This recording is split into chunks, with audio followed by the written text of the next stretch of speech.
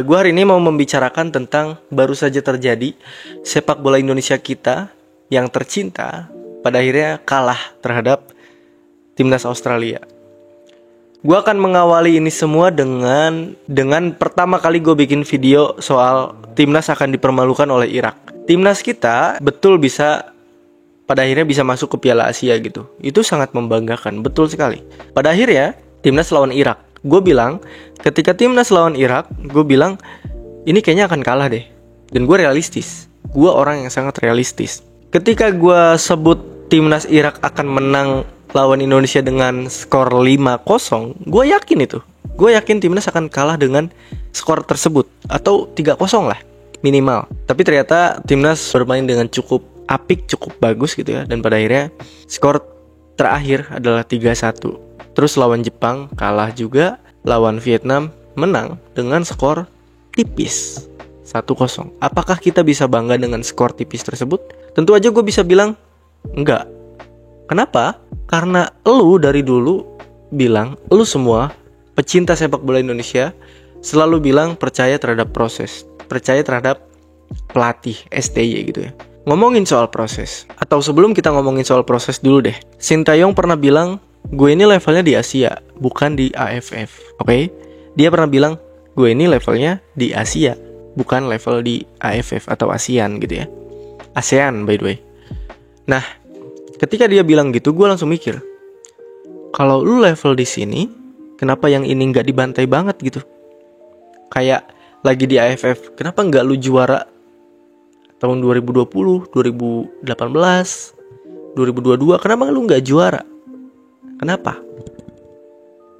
Karena lu pada dasarnya ternyata levelnya masih di AFF, belum ada di level ASEAN, belum ada di level Asia.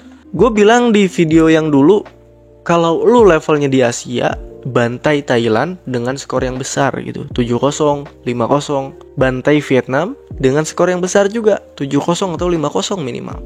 Pada akhirnya, ketika kita ada di level Asia dan lawan kita Vietnam yang katanya level AFF gitu ya.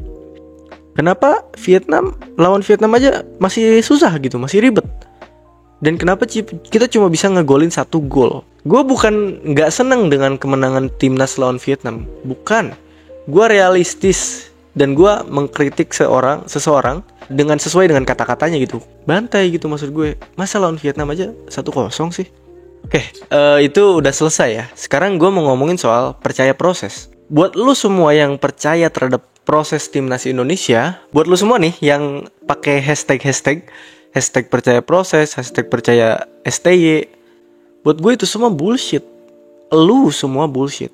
Gue kasih tahu alasannya. Gini, gue kasih analogi kecil. Bayi sebelum dia bisa berjalan, dia merangkak. Setelah dia bisa merangkak, dia berdiri. Setelah dia berdiri, baru dia berjalan. Setelah dia berjalan, dia lulus TK.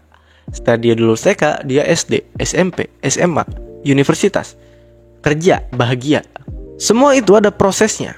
Prosesnya berapa lama? Lama sekali, bertahun-tahun. Sekarang, lu bilang percaya proses. Gimana caranya gue bisa meyakini hal tersebut terhadap lu semua? Adalah karena timnas yang sekarang isinya bukan proses. Yang isinya proses tuh kayak cuma Pratama Arhan, Asnawi Mangku Alam, terus juga Rizky Ridho, kayak Hernando, terus siapa lagi tuh? Itan Sulaiman, Egy Maulana Fikri, itu semuanya proses tuh. Yang gue sebutin semuanya lokal. Bukan karena gue local pride, gue mengatakan hal tersebut, bukan. Itu semua secara proses, itu proses. Lu gak bisa bilang percaya proses kalau lu ngambil dari luar negeri, terus lu ambil ke sini, terus lu naturalisasi. Itu bukan proses, itu instan namanya. Itu namanya instan. Mie tahu mie kan? Mie kan prosesnya instan sekali gitu. Kenapa disebut instan? Karena lu cuma nyuapin 3-5 menit lu udah bisa makan. Sebelumnya mau makan aja susah gitu. Lu harus masak beras, nunggu 10 menit. Lu harus masak ayam goreng, nunggu 10 menit. Lu harus masak kerupuk. Setelah 30 menit, setelah 1 jam beres masak, lu baru bisa makan. Mie, Lu masak 3 menit 5 menit aja lu udah langsung bisa makan. Itu namanya instan. Kalau lu masak nasi, masak ayam goreng, masak kerupuk, nah itu baru namanya proses. Karena lama gitu prosesnya, itu namanya proses. Tapi lu bilang gini, tapi kan bang, mie juga ada proses. Gue ngerti, tapi kalau lu ngomongin soal proses itu lama, bertahap, panjang tahapannya. Soal yang bayi tadi tuh, dari merangkak sampai akhirnya bahagia di umur 50-an gitu. Gimana caranya lu bisa bilang proses kalau ternyata lu ngambil dari luar? Dan bukan cuma sekali anjing, 8 kali lu ambil, 8-9 pemain yang lu jadiin naturalisasi. Itu bukan proses namanya, instan. Terus lu mau Indonesia juara Piala Asia, lu mau Indonesia masuk Piala Dunia? Gak mungkin. Gimana caranya lu bisa? Gak mungkin.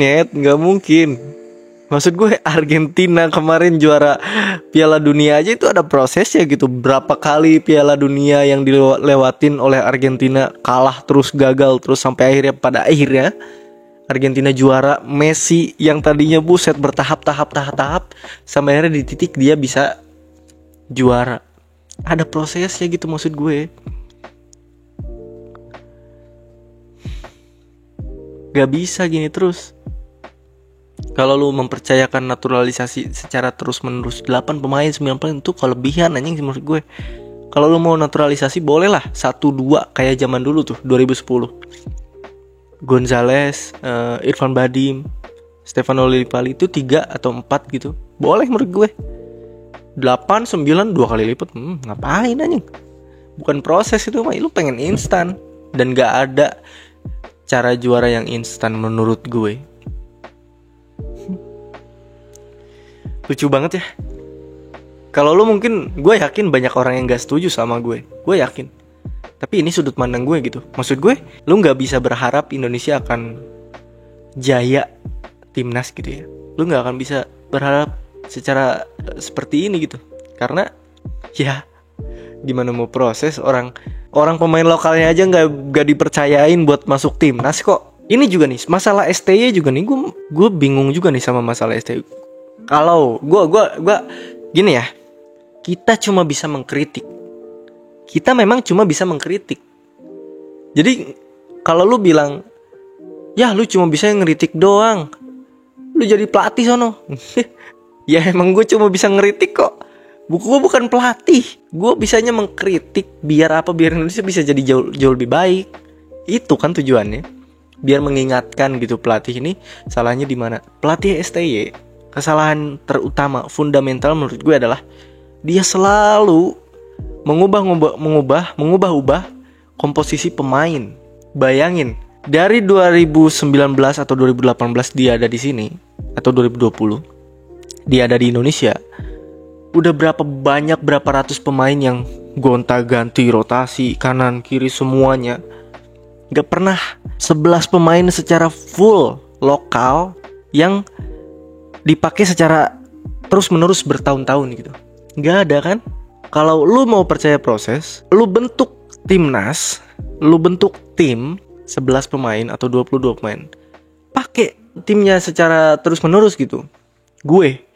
Lu kalau tanya gue, emang kalau lu jadi pelatih, siapa yang akan lu pilih gitu?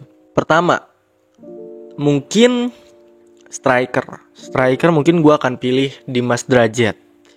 Terus yang kedua, cadangannya mungkin si pemain Persija tuh siapa ya? Pemain Persija. Itulah pemain Persija yang muda. Nanti gue tampilin fotonya. Atau gue cari deh sekarang. Pemain Persija, striker Persija Jakarta. Oh iya, namanya Aji Kusuma. Gue mungkin akan percayain striker timnas Indonesia ke Dimas Drajat dan Aji Kusuma. Nah ini akan gue pakai secara terus menerus nih. Akan gue kasih kesempatan secara terus menerus. Biar apa? Biar dia terasah. Biar dia pada akhirnya nyetel sama semua pemain. Ini semua yang gue bilang ini semua adalah tentang setel menyetel gitu. Kalau lu sudah dimainkan dengan seseorang secara terus menerus dalam satu tim, lu akan nyetel dengan orang-orang tersebut. Karena apa? Karena lu tahu seluk-beluk orang ini, lu tahu seluk-beluk orang ini, lu tahu ini orang pengennya apa, lu tahu ini orang sukanya apa. Jadi nyetel semuanya gitu. Sekarang kalau lu lihat timnas Indonesia berubah lagi, gimana mau nyetel? Orang pada nggak tahu kok maunya apa. Secara bahasa aja udah beda. Orang-orang naturalisasi ini biasanya kan pakai bahasa Inggris gitu. Apakah timnas Indonesia, orang-orang Indonesianya bisa pakai bahasa Inggris? Kan nggak semuanya bisa pakai bahasa Inggris. Kan bisa ditranslate. Ya susah lah, sama aja. Ketika di lapangan kan beda gitu, nggak ada yang nemenin tuh translator. Kesimpulannya, gue orang yang sangat realistis. Timnas Indonesia 5 sampai 7 tahun ke depan, gue nggak lihat ada perkembangan yang signifikan. Gue nggak lihat ada perkembangan yang signifikan sama sekali. Akan terus seperti ini. Bisa dirubah kalau organisasinya benar. Kalau sekarang organisasinya masih aja nggak benar, gimana caranya bisa kita percaya? Itu aja untuk hari ini. Gue Riva Fauzi. Kita akan ketemu lagi di next episode dari podcast, atau lebih tepatnya Siniar Belasan Menit. Ciao.